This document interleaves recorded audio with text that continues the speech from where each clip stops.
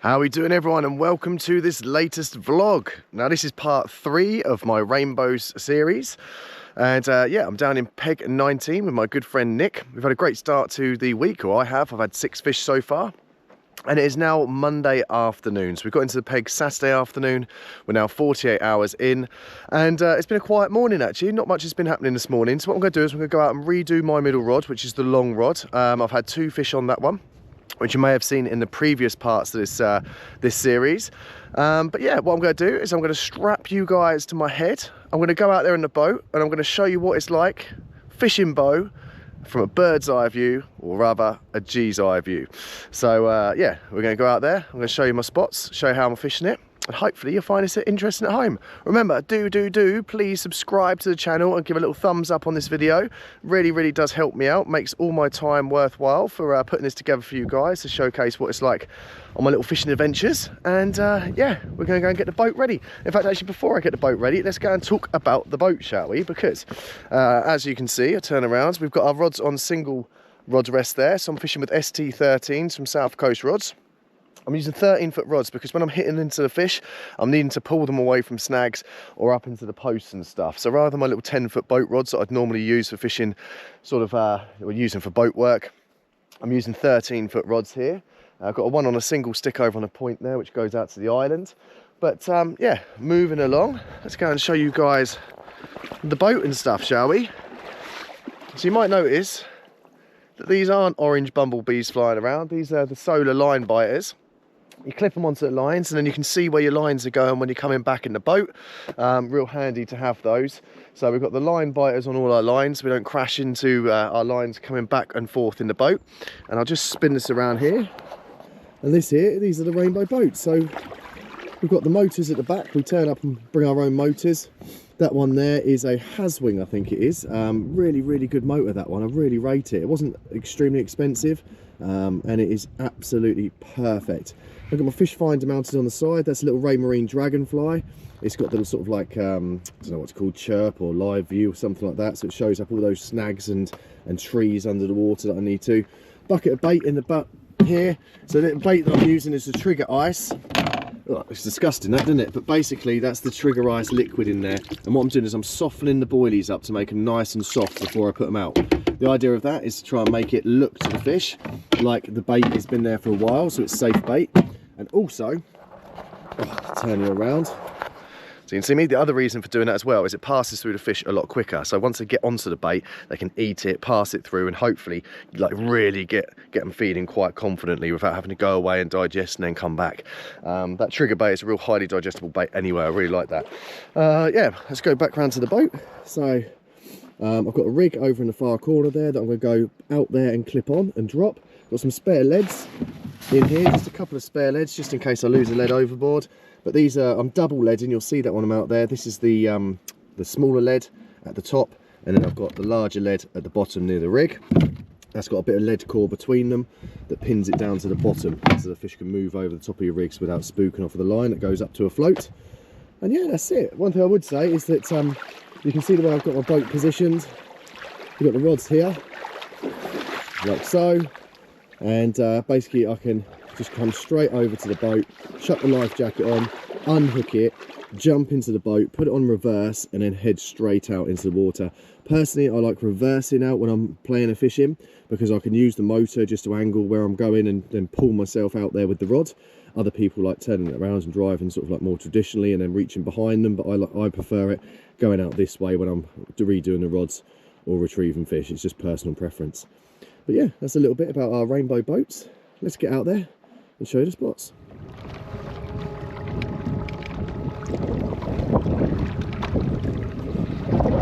Alright, well hopefully you can see me going out. As you can see, I'm going out backwards. Personally, I prefer to do it this way. You can see I've got a crosswind coming across, which doesn't make it easy, but once I get into that slack water up in the sort of the bay there, it'll make it a lot easier. But up on the, hopefully you can see this, up on the right hand side there, that's where I've got one of my rods positioned underneath that snag bush. There's a lovely little clay spot underneath there. So we'll be going past that in just a second. You can see the line biter floating around in front of me, the solar line biter, that's the little orange thing on the line. I'll take that off when we obviously redo the rod and clip it back on when I get to the bank. But yeah, this is how we sort of like pull ourselves out. This is how I pull myself out.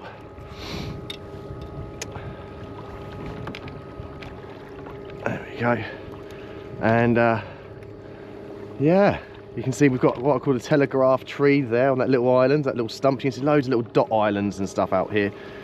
This is what Rainbow's famous for. They're bars with little islands coming to the surface, and on there's actually a hook where you can see the silver tape over there, and that's where my left hand line actually runs up to that tree on the hook, out to the island over there with the gorse bushes on it, and then I've got my float tucked behind that island. So we'll see that as we get out there. Over on the right hand side, it's like a guided tour this one. I feel like I'm a London tour guide. Over on the right hand side, you see the snag bush that I've got my bait positioned under. It's underneath that snag bush there. There's a nice clay spot underneath there. So just underneath those branches is where I'm fishing. Nice little clay spot.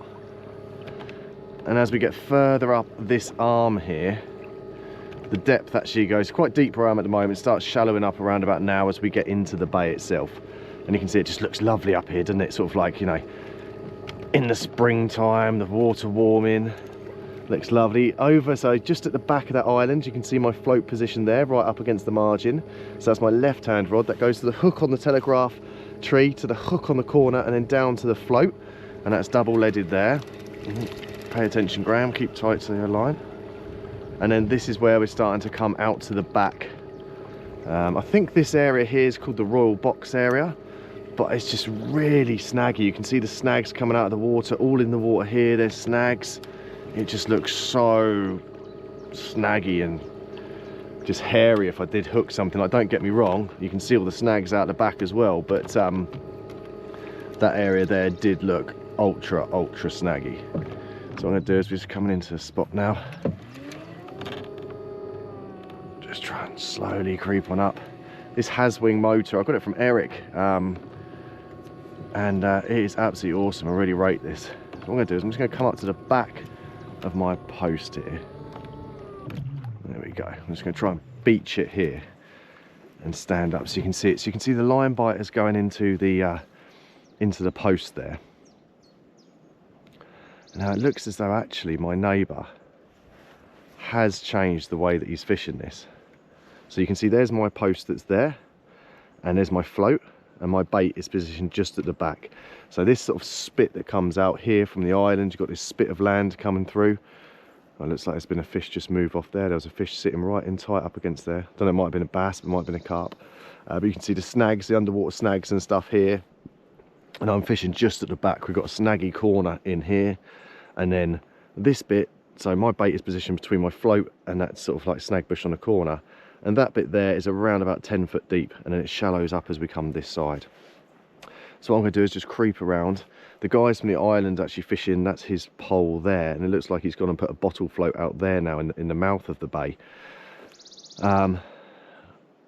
He wasn't fishing it like that up until yesterday. He was actually fishing a tight line through to there and then going over the back. It looks like what he's done is he's changed the way that he's fishing this, which is really going to cock me up, to be honest with you. But that may be why this spot's dried up a little bit, because when he had the tight line going from that island over to that one, basically the fish could pass underneath it into here. It looks like now what he's doing, I can't see his line on the surface, so it looks like what he's doing now is just floating straight from there, and his line's going to be cutting back to the peg, which means there's a line going through this channel now, which probably means they won't be moving through it. But hey ho, I'm going to redo it over the back here, see if I get some bites, give it another 48 hours, and then yeah, if that doesn't work, I might move it to this side into the raw box. I'm going to bait that anyway, keep the bait going in around these snags.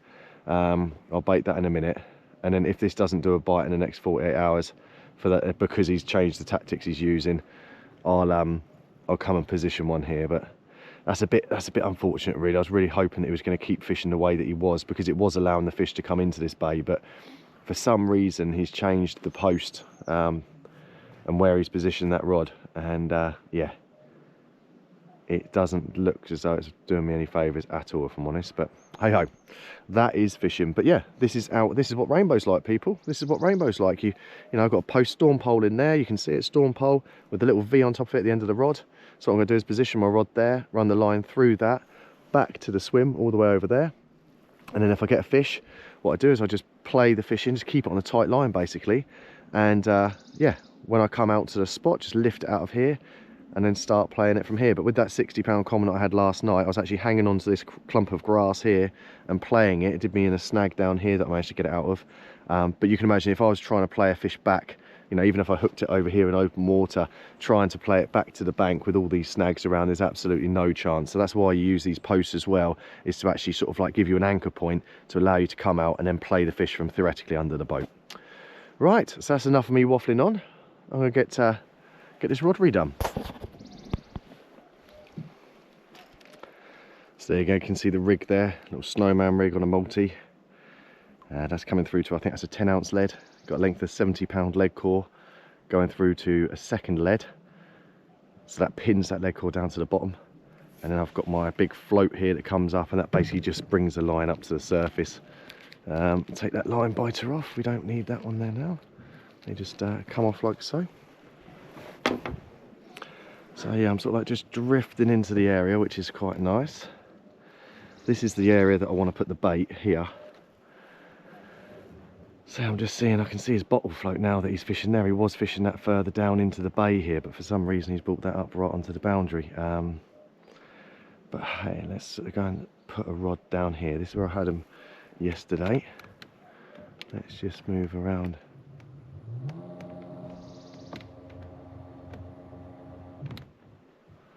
Like so.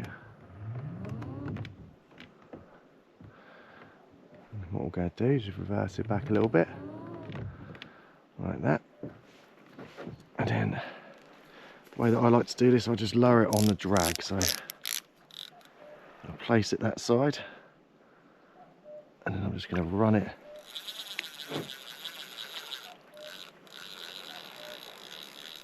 like so. And then drive the boat forward a bit.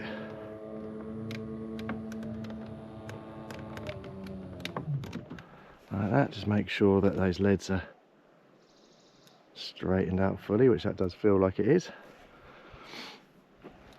And then that's good to go. Put a bit of bait around there. I'm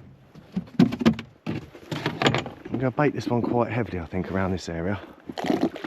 Because if they do come in to this spot, I want these fish to be staying and having a good feed, enjoying themselves basically. A few in the snags there. There we go.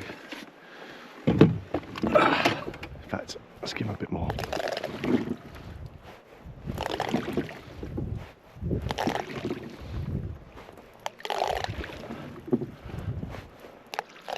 There we go.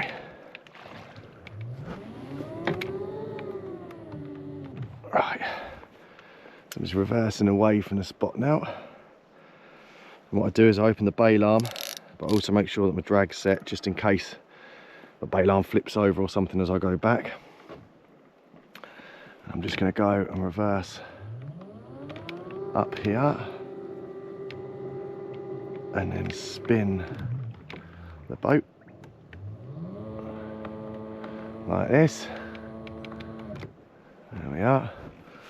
And then I've got to try and get over to the hook to hook the line in.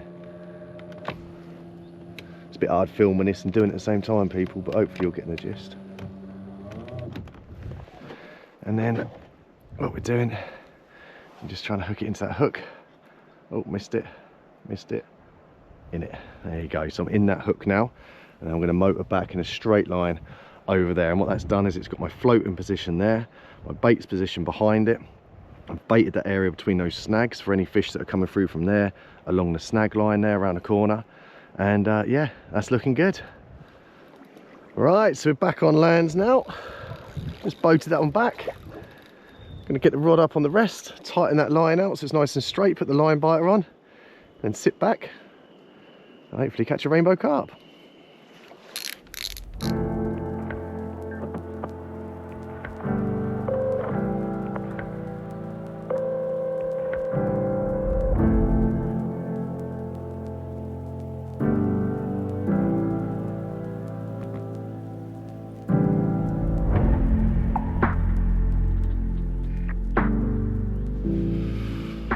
Well, the sun is setting on another day here at Rainbow. It's been a fairly uneventful day today, but that's how it goes on this lake. Sometimes you've got fish on you, sometimes you haven't, but we've had a lovely day anyway. The sun has been shining for most of it, but you can see by the way I've dressed, it's actually quite cold in that wind, but the weather looks like it's going to be warming up over the next few days, which is going to be nice. You can probably also sound hear from the sound of my throat, I've picked up some kind of bug as well. So I'll be honest with you, I'm not feeling great at the moment. But I'm hoping, I've taken a few tablets and stuff, gonna have an early night, obviously hopefully get woken up by a fish, but I'm sure I'll be feeling much better tomorrow. But for now, we're gonna just sit back and watch this lovely sunset. It is so quiet and tranquil here, I cannot describe it. There is literally not a sound to be heard apart from nature. You've just got the birds, you've got the water lapping, the wind in the trees. It is lovely. The occasional plane going over, but that is it. So I think it's time to sit down, chill out for the next hour, watch the sunset, have a little look and see if we can see some fish showing, and then I'm gonna get an early night.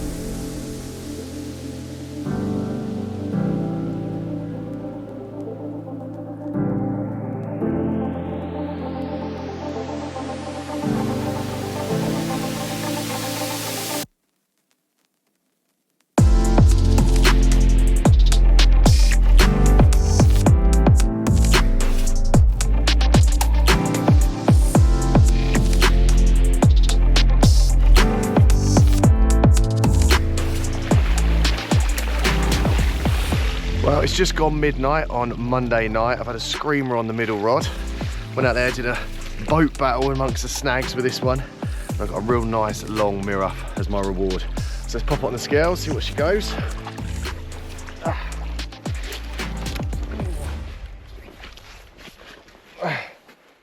Yeah.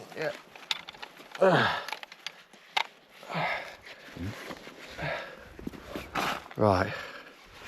Just get her straightened up, and then BCAC Marshal Nick. Oh, hang on. Just moving around this thing, I think. What's she saying, Nick? We are going. Drum roll. Diddly-dee-dee-dee. What's that say on there? 40. I'll stop messing around.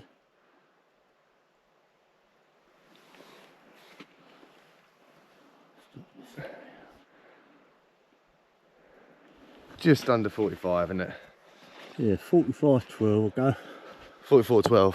44.12, sorry. Yeah, 44 3/4. Lovely. There you go. Wicked. That's a good start to the night. And let's get a few pictures of her and then slip her back. Right, okay, so here she is. Just under 45, this one. Really hard fighting mirror. She's a long, thin one, this one. Probably a male, I reckon. Looking for those big fat females around the island. Oh, look at that. Oh, see if I can lift her up like that. There you go. 45 pound, or nearly 45 pound. Hard fighting rainbow mirror. Made up of that one. He's going to want to go back quite quickly though, I reckon. So we're just put him down. And then watch the, look at that, real long, hard fighting, huge peck. Look at the size of those anal fins, like that. Absolutely massive. Right, old warrior. Thank you very much, my friend. There he goes. Into the dark. Into the dark, yeah. Brilliant, yes. Well, I was just laying in bed, just woken up, and I thought there was some ducks flying through one of my lines, but it wasn't. It was a rather angry 34-pound common. Came to say hello at breakfast time, Nick. So, yeah, gave me a good boat battle, this one, spinning the boat left, right, all round over the place. Real long fighting machine, this one, so thank you for coming and saying hello. Ooh. But we slip this one back and get the rod out, see if we can catch a bigger one. Cheers, mate.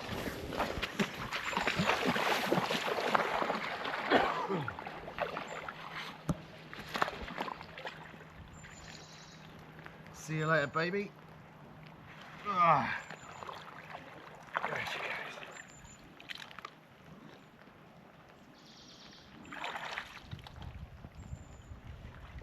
goes. Well, I've come for a walk round to the toilet block, freshened up, and look who I've bumped into, eh? Big Fish legend. Yeah. And Kev as well. Legend in my own lunchtime. And Bob, come and say hello. Come and say hello, Bob. So got Bobby's been looking after me for the last 10 days or so. They're over in peg 1 and 2. I felt really bad. I came into the back of the peg thinking they'd be up, and yeah, bless them. They've been having fish all night and been he tucked came up in in bed. shouting and hollering. Shouting and hollering. Yeah, That's it. Like turned up like a whirlwind. Bull in a china shop. So, but we're up now. They're up now. Yeah, look, they're up and being well behaved on camera now, aren't they? Yeah, So, yeah. but yeah, no, Kev's done loads of vlogs on here. Been fishing. How long have you been fishing this for, now, Kev? I came here first 2012, so 12 years ago. 12 years ago, yeah. Yeah. So yeah, what this man doesn't know about rainbow ain't worth knowing. But he's also, you fished all round the world, didn't you, mate? Like it was Cassian days when you Cassian days, and fished for tarpon in the Florida Keys, Spain. Not so much all round the world, but and also, you know what? I'm just one of the average anglers on here. There's some really good anglers on here who know this place. What there's no substitute for is coming here and doing it, because you know this is unique, this place, in how you fish it, as you're finding out. Exactly. And I've always said to people in my videos and stuff here, I'm like, if you get the opportunity to come here, regardless of what peg it is, what time of year, just, you know, if someone says, oh, my mate's unfortunately had to drop out, get to Rainbow, because there is, like, let's just turn this around here so you can see this. This is a view from peg 1 and 2. I don't know if the camera's going to pick it up. You've got all these little dot islands and stuff, channels and gullies. The island peg is out there. You boat out to that and fish off of that. This is coming round into like the peg 1 bay. You've got Weir round the corner there. It's just a magical place. And one thing as well is it's so quiet, isn't it, guys, at night time, unless one of you snores. But you know, yeah, that happens. Yeah, it's not that quiet around here. Yeah. But it's absolutely just, I don't think sublime. there's anywhere else that us anglers fish that's quite like this. Maybe 1 or 2 places in Spain, but for me, I don't know anywhere like this. Cassin's nowhere near as snaggy or as challenging as here. In terms of how you fish for these fish. For me, last year was the first carp I caught was. The feeling was like the first time I caught a carp. Yes. That's where it gives you that buzz. Exactly. When that rod hoops over, when you look at it, you get beep, beep, beep, and you're looking at your rod, and it's like literally the carp's trying to snap it in the rest. It's, yeah, there's no other buzz like it. So, but I'm sure there's a lot of you at home wanting to get onto this place, but it is unfortunately very, very difficult to get a booking on here. But if you are lucky enough to know someone that's got a booking on it, as I say, jump on it, because there's no other place like it that we know of anyway. I'm sure that you guys out there might know somewhere like this, but we haven't stumbled across it just yet. But anyway, Kev's got a new channel. What's your new channel called? So I've got a subscription channel called carpantics.co.uk, and the whole idea of that is that I've got a colleague who's now working full-time on it, so there's an expenditure and overhead that I'm hoping to get back, and so it's not like, you know, I have a full-time normal job, if you like, but now I thought I'd take the videos to the next level. A lot of archive footage and stuff that's never seen the light of day, so the idea has been to put that up. It's been going for about 6 weeks now. Nice. And yeah, as I say, check it out, £4 a month. And that's enough of a plug, isn't it? That's really, all right. That's channel. a good plug, mate. That's the most I've had him talking all time. That's yeah, well, I've woken up now. See, he's off now. So it's carpantics.co.uk. So go and check that out. Give it a subscribe. And yeah, loads of like historic archive content going on there, and also recent stuff from these trips as well. Yeah. So yeah, that's definitely worth checking out. Anyway, I'm going to get back round to the peg, go and see how Nick's getting on. We're going to go back to bed. These guys are going to go back to bed. And not together. I thought it was a big bivvy. Yeah. Not together, but I've slept with uglier. So it's a late morning Tuesday. We've just had a little freshen up of the spots. Nick's redone his left-hand rod. Found a really nice spot around the corner. There's loads of sort of like gullies and channels and yeah, bars and stuff out there, and it's just a case of trying to find the right one. But you can see Nick's gone, he's just out there. He's gone around, let me turn this around here. He's gone around the corner and there's a little dot island. Let's see if I can get around here and show you. come around past my rods. So Nick's waded out onto the spit there, so you've got the spit coming out, but then there's this little dot island there, and he's actually just fishing just off of it there. Drops down into a gully, looks a really nice spot, that one, and apparently he's got some form for doing a couple of big fish as well, so that'll be interesting. I've gone and put one right up, rather than fishing off the snag, the side of snag on the 10-foot deep clay spot, I've actually gone and tucked it right in next to the bank. It's about 3 foot deep, I'd say, up there. Just having a chat with my mate Kev Ellis. He's not my mate, I've just met him a few times, but he's a lovely chap. So yeah, I'm having a chat with Kev, and he said it might be worth putting one in the shallow water up by the islands, so that's where I've decided. But yeah, I don't know, actually I shouldn't really be capturing this on camera really, because I think Nick is sporting the latest fashion wear coming out in 2025, Nick. It works. Whose product is that? Make your own mind up. Is this like, so in America they've got like, you've got normal camo, and then you've got to wear the bright orange camo for if you're going hunting. Yeah, is that right? That's yeah. the one. So this is like the same. It's just Don't want to get shot. exactly. Don't want to get, yeah. This is like bright orange fishing attire. Yeah. Don't want to get shot by the fishery owners over here. Yeah. Yeah, looks good, Nick. I like that. Oh, good. Yeah, I look forward to wearing it on the banks back home. Yeah, lovely. I could sort you out. Yeah, that's it. Yeah, yeah, nice. Yeah, who knows? Maybe it will catch on. The bright orange gilets.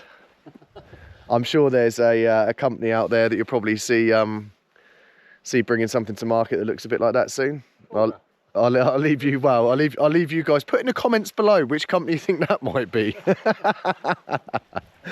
Right. Anyway, and on that note, what I'm going to do is I'm going to finish this part. I think this is part 3 now. So I'm going to finish this part of my rainbow series for this session, keeping them nice and short and sweet. So please do remember, subscribe to the channel, click that little thumbs up button, give it a like, and yeah, I'll be back again to take you through the rest of the week in some extra videos coming up very soon, and I'll put a link in the description below, or somewhere up here and maybe over there as well, for you to find the next video in this series. Take care, everyone.